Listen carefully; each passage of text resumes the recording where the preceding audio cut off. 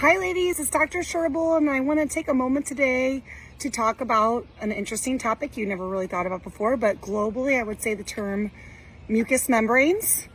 And by using that term mucous membranes, I'm using a medical term to talk about a type of tissue, a type of skin, and that's the inside of your mouth.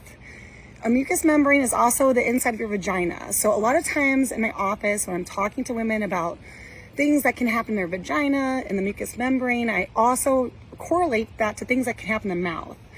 So if you can imagine, you probably never thought about it too much, but these have similar properties. The inside of your mouth is soft and sensitive and thin skin, and so is the inside of your vagina. So they have similar properties, mucous membranes.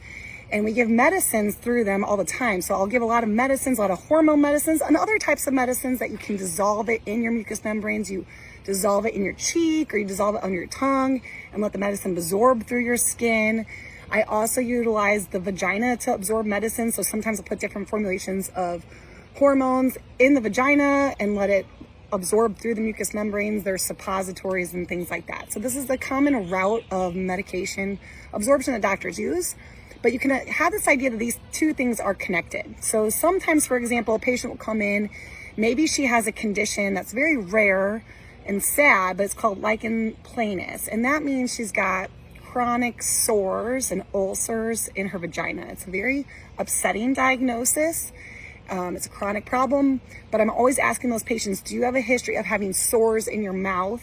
Because if you have issues with your mucous membranes of your mouth, you often have issues with mucous membranes of your vagina.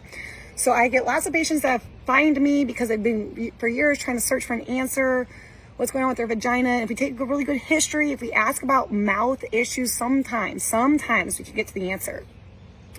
So I'm going to periodically try to give you different organ systems to think about. And as the daughter from a long line of dentists, I just want to mention this, that it really can prevent a lot of mouth problems, gum problems, teeth problems, if we take some hormones at menopause to prevent dry mouth and to prevent gum recession.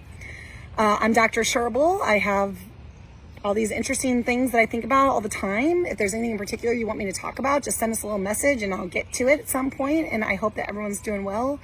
And talk to you guys soon. I work at Scherbel Clinic. Please call and make an appointment. See you soon, guys.